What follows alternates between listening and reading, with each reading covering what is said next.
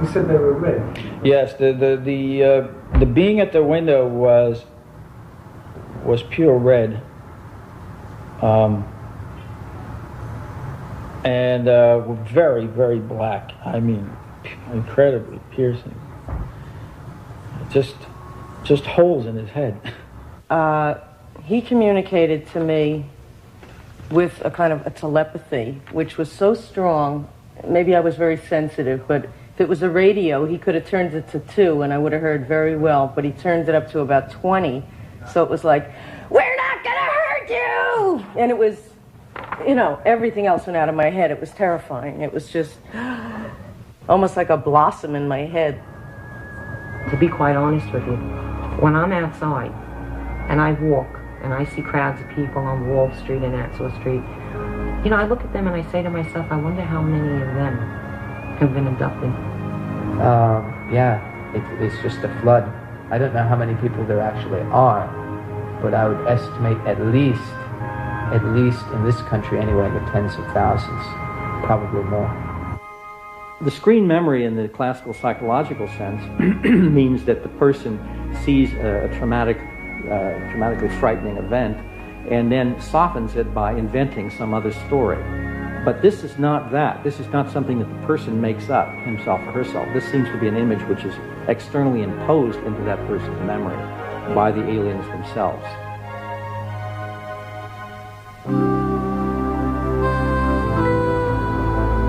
know, it was just strange to me, and then I realized that they weren't wearing goggles. That was their eyes. And they weren't wearing helmets. That was the shape of their heads. The thing that they will always start to draw first is the eyes, because the eyes are so arresting. It's difficult to even... You might not remember anything else but the look of the eyes. The only thing I could really compare it to was that there were like 1950s Italian wraparound sunglasses that went around to the side of his head. Basically what had happened was I was coming up the stairs, and then the next thing I remember was suddenly walking down the street with these 2 very, very tall blonde men with strange blue eyes. How am I supposed to know what is coming out under hypnosis? Were they dreams, or was it real? Maybe it's just dreams that have been coming out under hypnosis. I heard a sound, but again, everything sounded slowed down. I looked over, and both of the other guys in the band were sitting there with their mouths open like O's, you know? And one of them was saying, "Oh my God," but again, everything sounded slowed down to me. Like, "Oh my God," like that.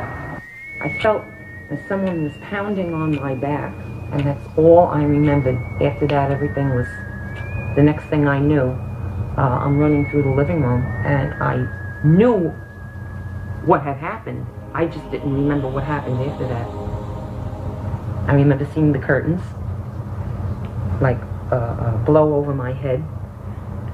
First there was the pounding on my back, and then I saw the curtains like blow over my head, and that was all I remembered up until, and then I consciously remember running through the living room, and I thought my children were gone, because when I went in there they weren't breathing. What I thought was the bedroom curtain in actuality was a nightgown that went over my head. What the pounding on the back was, I don't know. I think on one occasion I actually saw these using their forearms to move more quickly. That they were almost like scurrying, almost like an ape kind of movement. These didn't move that way. I've also seen these sort of... Another particular characteristic, I've seen some of them move in like lockstep. Like a bunch of them in a row, just moving completely together as if all their movements were completely coordinated. They'll cock their head from side to side, and also if they get excited, these kind will, their head will start like bobbing or wobbling like that. He didn't actually walk. He just seemed to kind of float along, which might be important in the animation. The little ones were not the same. How did the little ones move? As I recall, they moved just kind of like us. They like were doing things, they were busy moving around, whereas he just seemed to flow. He was very, very graceful. And they were not particularly graceful. They were more like little dentist workers or something.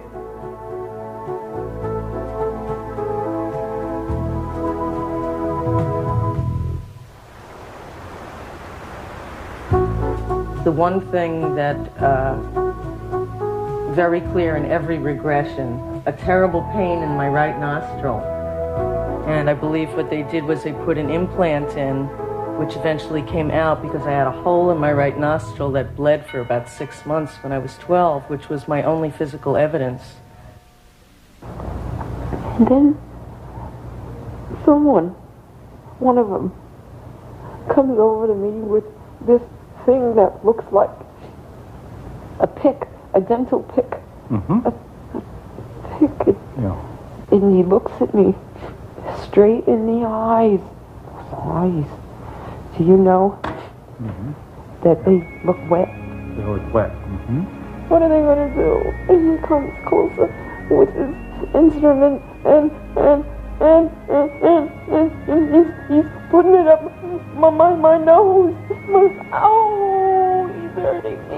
Okay, now we're going to turn that pain down very quickly. It's just very quick and now it's gone. I guess I can describe it like this, that if you were to look in the water, you'd see part of the ship sort of like coming out from underneath the water, and then part of it was in the ground. So sort of like half showing.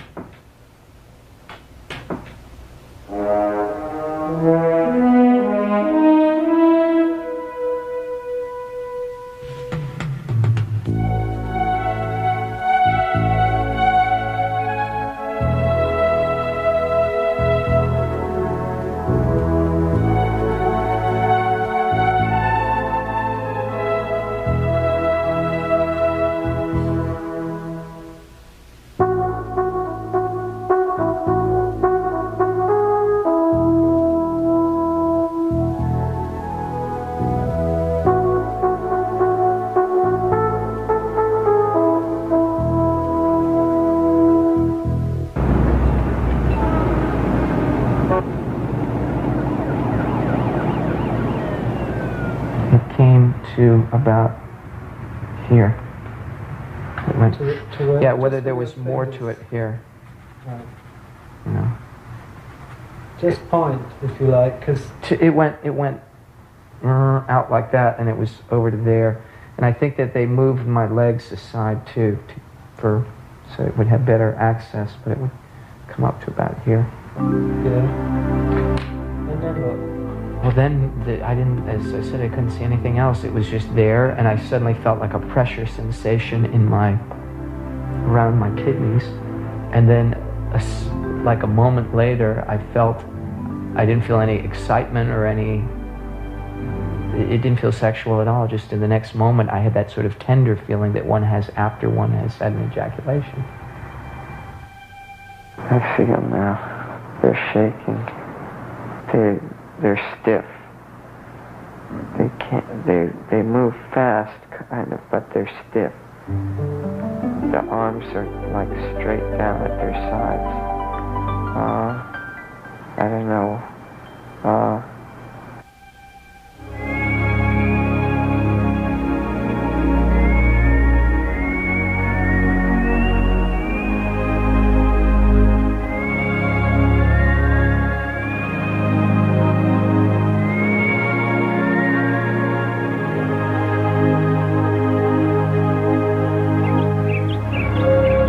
Whether it's like one's being tested or observed or what, but it's like being put into scenarios, like being put into a film. Suddenly, boom, you're someplace else in this situation. I remember a couple where I had to make a choice about, taking life or not taking life, or having to make terrible choices in that way.